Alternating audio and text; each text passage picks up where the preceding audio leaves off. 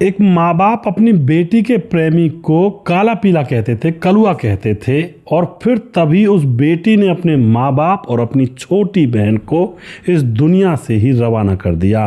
दोस्तों, बड़ी ही अचंभे की बात है। तीनों सब कमरे में छोड़कर प्रेमी का हाथ पकड़कर वहाँ से निकल जाती है। और जाना ही दोस्तों उसको था तो अपने माँ बाप को क्यों इस दुनिया से मिटाया।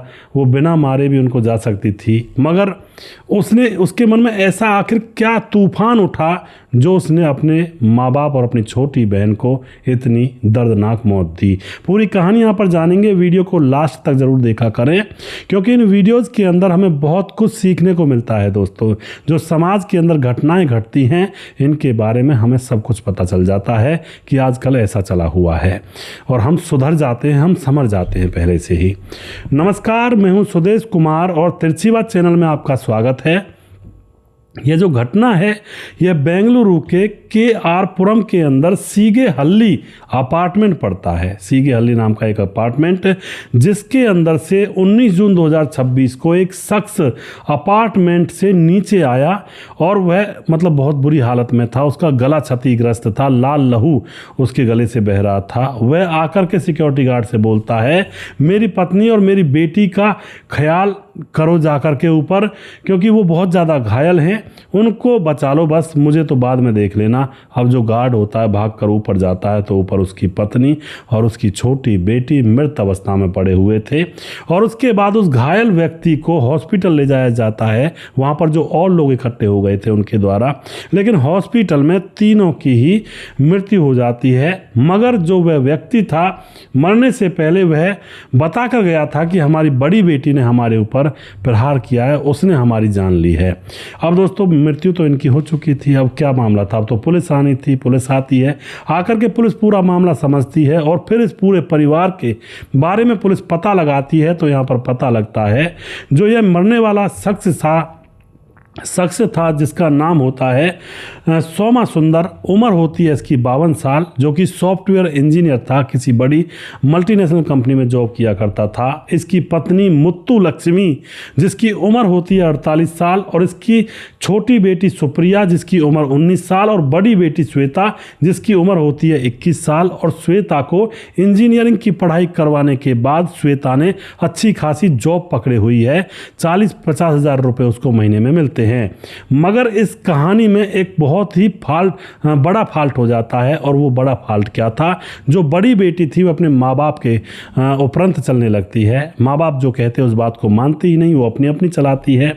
क्योंकि श्वेता जो बड़ी बेटी है उसको एक केतन नाम के लड़के से प्यार हो गया था। श्वेता जो कि 40-50 हज़ार रुपये कमाया करती, और जो केतन था वह बिल्कुल निठल्ला बेरोजगार था, ऊपर से काला कलुआ था, काला पीला उसका रंग था, ज़्यादा सुंदर नहीं था। उससे जब इसको प्यार हो जाता है तो अब श्वेता अपनी सारी कमाई जो जॉब से उसको मिलती थी, सारे के सारे पैसे अपने प्रेमी केतन के ऊपर उड़ाने लगती है। उसको अच्छे महंगे महंगे ब्रांडेड कपड़े पहनाती और उसको खूब अच्छा शौक करवाती। चाहे कितने भी पैसे उड़ा लो, जो रंग है वो तो रंग ही रहेगा दोस्तों।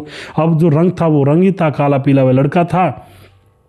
काफ़ी प्यार प्रसंग करने के बाद इन दोनों के मन में ये आता है कि हम दोनों एक दूसरे से शादी कर लेते हैं। तो इसी बात को सोचते हुए बड़ी बेटी श्वेता अपने माँ बाप के पास जाती है। माँ बाप को केतन से शादी करने के बारे में बताती है कि मैं एक लड़के से प्यार करती हूँ जिसका नाम है केतन, और उसके साथ ही शादी करना चाहती हूँ। अब माँ बाप को समझ में आ जाता है कि अब तक ये लड़की घर पर पैसे क्यों नहीं दे रही थी, यह तो मज़े ले रही थी उस प्रेमी के साथ। अब माँ बाप ये भी कहते हैं ठीक है, हम तुम्हारी शादी करवा देंगे, हमें उस लड़के से मिलवा दो। तो इस लड़की ने अपने माँ बाप को इस लड़के से मिलवा दिया होता है, और लड़के को देखते ही जो माँ होती है इस लड़की श्वेता की, वो लाल पीली हो जाती है। एकदम से कहती है कि इस कलुआ काले पीले से तुम्हारी शादी नहीं हो पाएगी, यह कोई लड़का है, यह तो ज़्यादा सुंदर भी नहीं है। यहाँ तक कि दोस्तों पिता तो मान जाते हैं, छोटी बहन भी मान जाती है, लेकिन माँ नहीं मान पाती है। तो अब जब माँ नहीं मान पाती तो पिता भी फिर अपनी पत्नी की ओर हो जाता है, छोटी बेटी भी अपने माँ बाप की ओर हो जाती है। और फिर फाइनल फैसला ये होता है कि तू इस लड़के से शादी नहीं करेगी, तेरी शादी हम किसी अच्छे घराने के अंदर करवाएंगे। लड़का खाता कमाता हो और उसका सुंदर चेहरा हो, अच्छा हो। ये कौन है, इसका कौन सा खानदान है, कमाता भी नहीं है, बेरोजगार है, तेरे टुकड़ों पर पल रहा है, ये तुझे क्या खुशी दे पाएगा। मगर दोस्तों जो लड़की थी श्वेता, उसकी तो आंखों में, सांसों में, ब्लड की एक एक बूंद में वही लड़का केतन बसा हुआ था जो बेरोजगार था। चाहे उसको अपनी सारी सैलरी उसके ऊपर खर्च करनी पड़ रही थी, लेकिन वह लगातार उसको पूरा मौज और शौक करवा रही थी। अब यहाँ पर श्वेता कह देती है मैं तो उसी से शादी करूंगी। तो उसके माँ बाप ये कहते हैं कि उससे अगर तुझे शादी करनी है तो हमने तुझे बेदखल कर दिया, जा हमारे घर से निकल जा, तेरी जो मर्जी आए तू जो कर, हमारे घर पर मत आना पर। और उसके बाद ये श्वेता इनकी बातों को मान लेती है। माँ बाप गुस्से में कह देते हैं कई बार ऐसे, लेकिन श्वेता अब घर से निकल जाती है और उसी अपार्टमेंट में थोड़ी सी दूरी पर जाकर एक अलग से किराए का कमरा लेती है और अपने प्रेमी केतन के साथ वह लिव इन रिलेशनशिप में रहने लगती है। दोस्तों बहुत बड़ी बात थी। वहीं पर उस प्रेमी को रखती, उसके ऊपर पैसे खर्च करती। अब माँ बाप को बहुत बुरा लगता है, पर करे भी तो करे क्या, बेटी है जो जिद पर अड़ी हुई है, मानने का नाम नहीं ले रही है। तो माँ बाप उससे मोह त्याग देते हैं, दूर रहने लगते हैं, सोचते हैं हमारी कोई बेटी नहीं है। मगर अब उस बेटी श्वेता जो होती है उसके तो खर्चे बढ़ते जा रहे थे और वह अपनी नौकरी के ऊपर या जैसे भी वह 30 लाख रुपए का लोन ले लेती है और 30 लाख रुपए लेकर के उसको 6 महीने के अंदर अंदर बट्टे खाते लगा देती है, यानी कि अपने शौक मौज पूरे करने में उन 30 लाख रुपयों को खर्च कर देती है। अच्छी सी गाड़ी लेती है, घूमना फिरना, कभी कुल्लू मनाली जाना, कभी कहीं जाना, कभी कहीं जाना, इस तरह से मौज मस्ती वो कर रही होती है। उसी में उसके सारे पैसे खर्च हो जाते हैं। अब क्या होता है दोस्तों, यहाँ पर जब 30 लाख रुपए खर्च हो जाते हैं और किस्तों की बारी आती है तो किस्त वह चुका नहीं पाती है, क्योंकि उसके खर्चे इतने ज़्यादा थे। अपने खर्चे पूरे हो जाएं वही बहुत है, किस्त कहाँ से चुकाए। और फिर 30 लाख रुपए जब उसके हाथों में आए थे तो उनकी आंखें चौंधिया गई थी और खर्चे उनके डबल ट्रिपल 4 4 गुना बढ़ गए थे। कहाँ तो 30 40 50 हज़ार रुपये में खर्चा चल जाता, अब तो वह और ज़्यादा पैसे महीने के 4-5 लाख रुपए उठा दिया करते थे। तो अब वो किस्त कहाँ से भरे। अब तो वह दोस्तों किस्त नहीं भरते हैं और उसने कुछ ऐसा सिस्टम बनाया हुआ था जो उसकी किस्त का जो लेटर होता है, यानी कि जो नोटिस आता है, वह उसके पिता के घर पर आने लगता है। एक बार आता है, 2 बार आता है। अब जो माँ होती है उसको गुस्सा आता है कि लोन इस लड़की ने लिया, किस्त का लेटर हमारे पास आता है। और फिर वो अपने पति से और अपनी छोटी बेटी से कहती है मैं इसको अभी देकर आती हूँ। गुस्से में अपने घर से निकलती है और पहुंच जाती है अपनी बड़ी बेटी के कमरे पर और वहां जाकर अपनी बड़ी बेटी के मुंह पर वो किस्त के नोटिस मारती है कि तू किस्त भरती क्यों नहीं, जब तूने लोन ले लिया, मजे कर रही है। और उसके बाद दोस्तों यहाँ पर पीछे पीछे उसका पति और उसकी छोटी बेटी भी पहुंच जाते हैं। मगर यहाँ पर एक बात अलग हो जाती है। बेटी को अपनी माँ से इतनी नफरत थी, क्योंकि बेटी ने जब कहा था कि मैं प्रेमी से शादी करूंगी तो माँ ही नहीं मानी थी, पिता और बहन तो मान गए थे। तो उसको माँ से बहुत ज़्यादा नफरत थी। उसके बाद यहाँ पर दोस्तों अब जो माँ होती है वह अब ये भी कहती है कि तू इस लड़के के साथ रहकर तूने कोई अच्छा नहीं किया, तू मौज मस्ती कर रही है, आवारागर्दी कर रही है। और माँ बोलती है कि तू इस काले पीले के साथ जीवन बर्बाद कर रही है। और केतन से बुरा भला कहती है दोस्तों उसके प्रेमी के बारे में। और बेटी से माँ फिर बोलती है कि तू हमेशा रखेल बनकर रहेगी, शादी तू कभी कर ही नहीं पाएगी, क्योंकि तुम्हारे खर्चे इतने बड़े हैं, तुम्हारे पास एक फूटी चवन्नी नहीं है, इतने पैसे आने के बाद भी तू कैसे इससे शादी करेगी, तू हमेशा इसकी रखेल बनकर रहेगी और ये फिर मौका देखकर तुम्हें छोड़कर भाग जाएगा। अब ऐसी ऐसी बातें जब बेटी के सामने माँ कह रही थी, बेटी को बहुत गुस्सा आता है। वह रसोई में से चाकू लाती है और माँ के ऊपर चाकू से वार कर देती है। इतने में ही वहाँ पर उसका पिता आ जाता है, तो पिता के गले पर भी चाकू घुमा देती है। फिर उसकी छोटी बहन आ जाती है, उसको भी वह मौत के घाट उतार देती है। और उसके बाद अंदर जाती है। अंदर केतन सिर्फ मतलब अंदर जो केतन था उसका प्रेमी, वह कानों में जो लीड वगैरह होती है वो लगा करके बैठा हुआ था, कोई वीडियो वगैरह देख रहा था यूट्यूब पर। उससे कहती है मैंने काम तमाम कर दिया है।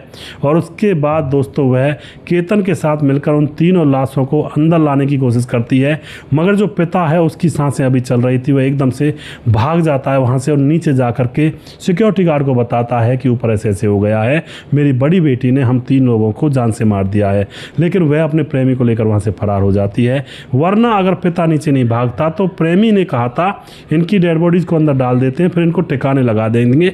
और उसके बाद इनकी प्लानिंग थी कि पूरी प्रॉपर्टी को हड़प लेंगे, कौन हमें क्या पूछने वाला है। फिर इस तरह से दोस्तों इस बड़ी बेटी ने अपने पूरे परिवार को तहस नहस कर दिया अपने कलुआ प्रेमी के ऊपर। तो ऐसी ऐसी बेवकूफ़ लड़कियां भी होती हैं दोस्तों, जो कई बार आपने बड़े बड़े शहरों में देखा होगा, बहुत ही सुंदर लड़की है और उसकी बगल में जो उसका बॉयफ्रेंड खड़ा है वो बिल्कुल मतलब काला सा, पीला सा और पतला सा और बहुत ही बुरा शक्ल सूरत का। ऐसे लोगों से प्यार करती हैं, पता नहीं क्या इनके मन में चलता है, समझ में नहीं आता। ऐसा ही यहाँ पर इस कहानी के अंदर हुआ था। वीडियो के लास्ट में कुछ भाइयों के नाम जरूर लेना चाहूँगा जो हमारे वीडियोज़ को देखते हैं। हमारे साथ हैं समाधान पाटिल जलगांव महाराज से कमेंट करते हैं, राम गोसाई कमेंट करते हैं, धीरज बनवाल लगातार हमारे वीडियोज़ पर बने रहते हैं। उसके बाद मुनमुन श्रीवास्तव जी लगातार कमेंट करते हैं, सूरज डीओ फिजी से लगातार हमारे साथ बने रहते हैं, ताजी लोहमान हमारे बहन लगातार कमेंट करती हैं, सुखराम मीना लगातार कमेंट करती हैं। सॉरी दोस्तों। उसके बाद हमारे साथ अमित पटेल बिहार बेलवा मोतिहारी जिला से कमेंट करते हैं, मोहम्मद फरमान कमेंट करते हैं, बलराज तंवर कमेंट करते हैं और उसके बाद देवेंद्र कुमार फरीदाबाद से, खान साहब बच्चा कमेंट करते हैं जो कि वैसे रहने वाले उत्तर प्रदेश हमीरपुर बुंदेलखंड से हैं और इस टाइम सऊदी अरब में हैं, दम्माम में। निहाल खान उर्फ बच्चा नाम इनका है।